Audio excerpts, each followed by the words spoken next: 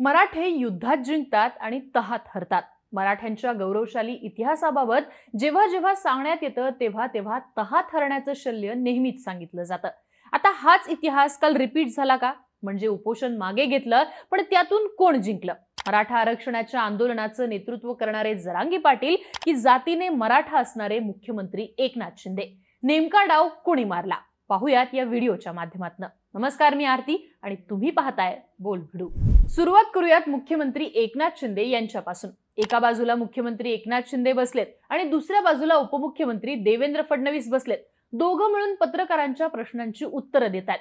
शिंदे बोलत असतील तर कधी कधी समोरचा माईक खेचून फडणवीस उत्तर देत आहेत, असं आजवरच्या पत्रकार परिषदांचं चित्र होतं. आता कालची पत्रकार परिषद बघा.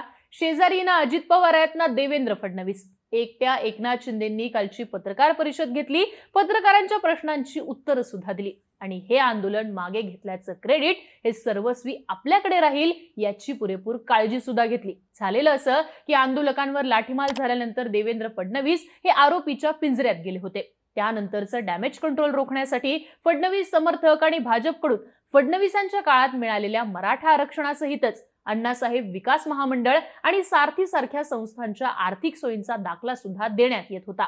पण दुसरीकडे देवेंद्र फडणवीस हे ओबीसी मंचावर उपस्थित राहिल्यामुळे ते मराठा विरोधी राजकारणाला गती देत आहेत असं चित्र निर्माण झालं. तर अजित पवार अगदी सुरुवातीपासूनच या संपूर्ण राजकारणामध्ये अलिप्त राहिले. एकतर मराठा आरक्षणाचा निर्णय हा मराठा असणाऱ्या एकनाथ शिंदेच्या काळात होऊ न देण्याचं अंतर्गत राजकारण फडणवीसांचंच असल्याचं बोललं गेलं, तर विषय तापला तर अगदी मुख्यमंत्री एकनाथ शिंदेंना राजीनामा द्यावा लागू शकतो आणि हीच संधी असू शकते असं अजित पवारांचं गणित असल्याचं सुद्धा बोललं जात होतं. काहीही असो, पण मराठा आरक्षणामुळे एकनाथ शिंदे हे केंद्रबिंदूवर आले होते आणि यातून आता मार्ग निघाला नसता तर आंदोलन हे हिंसक झालं असतं, ते चिघळलं असतं, तर मुख्यमंत्री एकनाथ शिंदे हे कायमचे डॅमेज झाले असते हे फिक्स होतं. विशेषतः महाराष्ट्राचा मुख्यमंत्री हा मराठा असावा ही अट भाजपच्या हायकमांडला आंदोलन जर चिघळलं असतं तर सोडून द्यावीच लागली असती. पण हे चक्रव्यूह शिंदेंनी भेदलं. सध्या तरी एकनाथ शिंदे जिंकले असं म्हणायला स्कोप राहतो. कसा? तर मागच्या वेळी ज्या चुका एकनाथ शिंदेकडून झाल्या होत्या त्या चुका यावेळी रिपीट झाल्या नाहीयेत. मागच्या उपोषणात जरांगे पाटलांच्या व्यासपीठावर सुरुवातीपासूनच एकनाथ शिंदेंनी आपली माणसं अगदी थेटपणे पाठवली होती. त्यातही मागचं उपोषण जरांगेंनी मागे घ्यावं म्हणून खुद्द मुख्यमंत्री एकनाथ शिंदे अंतरवली सराटीला पोहोचलेले. यावेळी मात्र एकनाथ शिंदेकडून जरांगे पाटलांच्या उपोषणाला महत्व द्यायचं पण अतिरेकी महत्व वाढवायचं सुद्धा नाहीये हे धोरण आखण्यात आलं. त्याचाच भाग म्हणजे सरकारमार्फत लगेच बोलणी करण्यासाठी एकाही नेत्याला पाठवण्यात आलं नव्हतं. उपोषणाच्या पहिल्या दिवशी उपोषण सुरू होण्यापूर्वी गिरीश महाजन यांच्या फोनचा अपवाद सोडला तर त्यानंतर लगेचच जरांगेंच्या व्यासपीठावर बोलणी करण्यासाठी सरकारतर्फे एकही नेता पोहोचला नव्हता. पण याच वेळी एकनाथ शिंदेंनी राज्य पातळीवर मात्र हालचाली सुरू केल्याचं दाखवून दिलं. सर्वपक्षीय नेत्यांची बैठक असेल, मराठा उपसमितीची बैठक, अशा गोष्टी पार पाडल्यामुळे सरकार काहीच करत नाहीये असाही मेसेज गेला नाही. पण दुसरीकडे थोडा वेळ देऊनच मध्यस्थी करण्याची भूमिका घेतल्याने जरांगे पाटलांच्या उपोषणाला मागच्या वेळेप्रमाणे अतिरिक्त महत्व देखील देण्याचं शिंदेंनी टाळलं. यासोबतच शिंदेंनी मागच्या वेळी ज्या नेत्यांना चर्चेसाठी पाठवलेलं त्याच नेत्यांना यावेळी पाठवणं सोडून दिलं. याऐवजी आंदोलन ठिकाणी पोहोचणारे पहिले नेते ठरले ते बच्चू कडू. एकतर बच्चू कडूंची इमेज ही सत्ताधारी नेता अशी राहिलेली नाहीये. दुसरी गोष्ट म्हणजे सर्वसामान्यांमध्ये मिसळून जाणारा नेता अशी इमेज असल्यानं प्रत्यक्ष आंदोलनस्थळी एखादा मोठा नेता आलाय असं चित्र सुद्धा निर्माण झालं नाही. आंदोलनाच्या ठिकाणी थांबून बच्चू कडूंमार्फत योग्य ती माहिती शिंदेंना पोहोचवण्यात आली. त्यानंतरचं शिष्टमंडळ सोबत कायदेशीर बाजू समजून सांगण्यासाठी न्यायमूर्ती अशी फिल्डिंग सुद्धा शिंदेकडून लावण्यात आली. असो, तर महत्वाचा मुद्दा असा आहे की एकनाथ शिंदे जिंकले असं कसं म्हणता येतं? तर जरांगे पाटील सरसकट मराठ्यांना कुणबी प्रमाणपत्र या भूमिकेवरती ठाम होते. पण उपोषण हे कोणत्या अटींवर मागे घेण्यात आलं? तर पहिली अट 2 जानेवारी अंतिम मुदत, अर्थात सरकारला वाढीव वेळ मिळाला. दुसरी अट मराठा आंदोलक यांच्यावरचे गुन्हे मागे घेणं आणि तिसरी अट शिंदे समितीची व्याप्ती वाढवून मराठवाड्याच्या बाहेरील मराठ्यांना सुद्धा कुणबी प्रमाणपत्र मिळवण्यासाठी काम करावं. आता या प्रमुख अटींबाबत एकनाथ शिंदेंनी पत्रकार परिषदेत सांगितलं, सरसकट गुन्हे मागे घेतले जातील का? तर नाही, गंभीर प्रकारचे गुन्हे मागे घेतले जाणार नाहीत. त्यातही ही मागणी मागचं उपोषण करताना ठेवण्यात आलीच होती. तेव्हा देखील हेच आश्वासन देण्यात आलं होतं. तेच गुन्हे अजून मागे घेण्यात आले नव्हते. दुसरीकडे सरसकट मराठ्यांना कुणबी सर्टिफिकेट मिळेल का, तर यावरही बोलताना शिंदेंनी सांगितलं, सरसकट म्हणून विषय दुसरीकडे घेऊन जाऊ नका. पात्र मराठ्यांना कुणबी प्रमाणपत्र असं म्हणा. जेव्हा सरसकट सोडून पात्रतेचा विषय येतो तेव्हा त्याची व्याप्ती मराठवाड्याबाहेर वाढली तरी सुद्धा विशेष असा फरक पडत नाही. अर्थात वेळ वाढवून घेताना जरांगे पाटलांच्या कोणत्याच अशा विशेष मागण्या मान्य झालेल्या नाहीयेत असं म्हणता येतं. इथे एक मुद्दा सांगण्यासारखा आहे, तो म्हणजे कालच्या पत्रकार परिषदेत जेव्हा एकनाथ शिंदेंना केंद्राची मदत तुम्ही घेणार का असा प्रश्न विचारण्यात आला तेव्हा त्यांनी सांगितलं, हा विषय राज्याचा आहे, राज्यच मिटवणार, केंद्रावर जबाबदारी टाकायची, हात झटकायचे, या विषयापासून दूर जात शिंदे आता मार्ग काढताना दिसतायत हे मात्र नक्की आहे. म्हणजे एकनाथ शिंदे हे फुल अँड फायनल जिंकलेत का, तर या गोष्टी मात्र पुढच्या 2 महिन्यात काय काय होतं यावरती ठरणार आहेत. एकतर पुढचे 2 महिने गृहीत धरले तर सप्टेंबर ते जानेवारी असे 4 महिने होतात.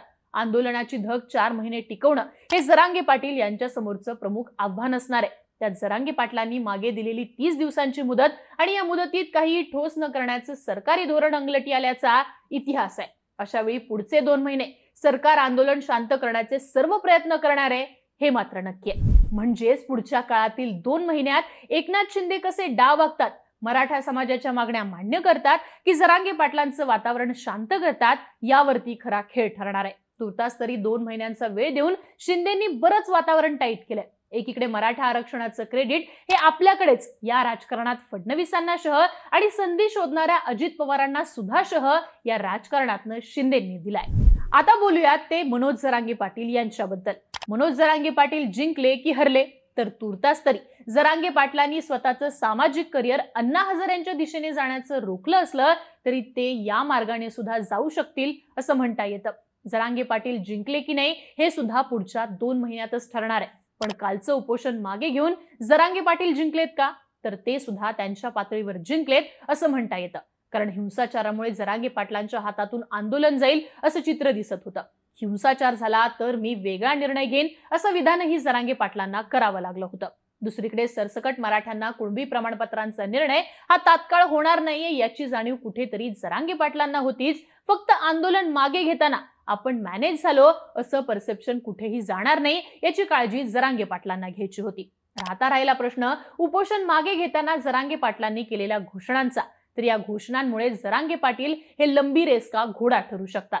कसं, तर पुढच्या 2 महिन्यांपर्यंत आंदोलनांची धग टिकवून ठेवणं जरांगे पाटलांसमोरचं प्रमुख आव्हान असणार आहे. याची जाणीव जरांगे पाटलांना आहे आणि म्हणूनच त्यांनी काय केलं तर साखळी उपोषण कायम ठेवणार आहे असं सांगण्यात आलं. तर जरांगे पाटील या 2 महिन्यात काय करतील, तर ज्याप्रमाणे मागच्या 40 दिवसात जरांगे पाटलांनी गोदाकाठापासून हे आंदोलन संपूर्ण मराठवाड्यात पोहोचवलं, त्याचप्रमाणे साखळी उपोषणाला भेटी देत हे आंदोलन संपूर्ण महाराष्ट्रभर ते पोहोचवू शकतात. गेल्या वेळी सुद्धा त्यांनी महाराष्ट्र दौरा काढलेला. मात्र इथे जरांगे पाटलांच्या मर्यादा सुद्धा स्पष्ट होतात. कारण ऑलरेडी 1 सप्टेंबर पासून हे आंदोलन जिवंत ठेवण्यात आले. गेल्या 2 महिन्यांपासून आंदोलनाने धग धरली आहे. पण आगामी 2 महिन्यात अपात्रतेचा निकाल येणार आहे. निवडणूक जवळ आल्याने निवडणुकीचे विषय सोबतच दुष्काळाचा विषय चर्चेत राहिला तर मराठा आरक्षणाचा मुद्दा मीडियापासून ते राजकारणापर्यंत डायव्हर्ट केला जाऊ शकतो. मग अशा वेळी अजून 2 महिने विषय ताणून धरण्याचं प्रमुख आव्हान असणार आहे ते जरांगे पाटलांसमोर. त्यातही एकनाथ शिंदेंनी साखळी उपोषण करणाऱ्यांना आपणही उपोषण मागे घ्यावं असं आव्हान करणार आहे असंही सांगितलंय. जरांगे पाटलांनी उपोषण मागे घेतलं, मग आपण का करायचं उपोषण असा प्रश्न निर्माण झाला तर या साखळी उपोषणकर्त्यांमध्ये सुद्धा मतभेद तयार होऊ शकतात. जो वेळ मिळालाय त्यातनं हीच वेळ साधली देखील जाऊ शकते किंवा हीच वेळ जरांगे पाटील यांच्यावरती उलटी देखील पडू शकते. तुर्तास तरी उपोषण मागे घेण्याशिवाय जरांगे पाटलांसमोर पर्याय नव्हता. एकतर आंदोलन हिंसक झालं असतं तर जरांगे पाटलांच्या हातातनं आंदोलन गेलं असतं आणि ते भरकटलं सुद्धा असतं. दुसरं म्हणजे ताणून ताणून किती ताणणार हा प्रश्न होतोच.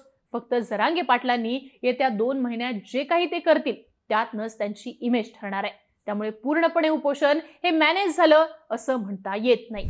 अर्थात शिंदे जिंकले का असं म्हणायचं तर शिंदेंनी अचूकपणे वेळ मारून नेली, पण वेळ मारणंच हे खरं दिव्य होतं जे शिंदेंनी पार पाडले. जरांगे पाटील जिंकले का तर त्यांच्याच भाषेत कुठे थांबायचं हा पॉइंट कळला पाहिजे. म्हणजे सोयीने थांबून जरांगे पाटलांनी पुढचा डाव खेळायला सुरुवात केली आहे. आता याचा अंतिम निकाल काय असेल हे मात्र पुढचे 2 महिने शांततेचे कोण कशा पद्धतीने हाताळतो यावरती ठरणार आहे असं म्हणता येतं. तुम्हाला काय वाटतं, कोण जिंकलं कोण हरलं तुमची मतं आणि प्रतिक्रिया कमेंट बॉक्समध्ये लिहून नक्की कळवा आणि अशाच माहितीपूर्ण व्हिडिओसाठी बोलबिडूच्या YouTube चॅनलला नक्की सबस्क्राईब करा.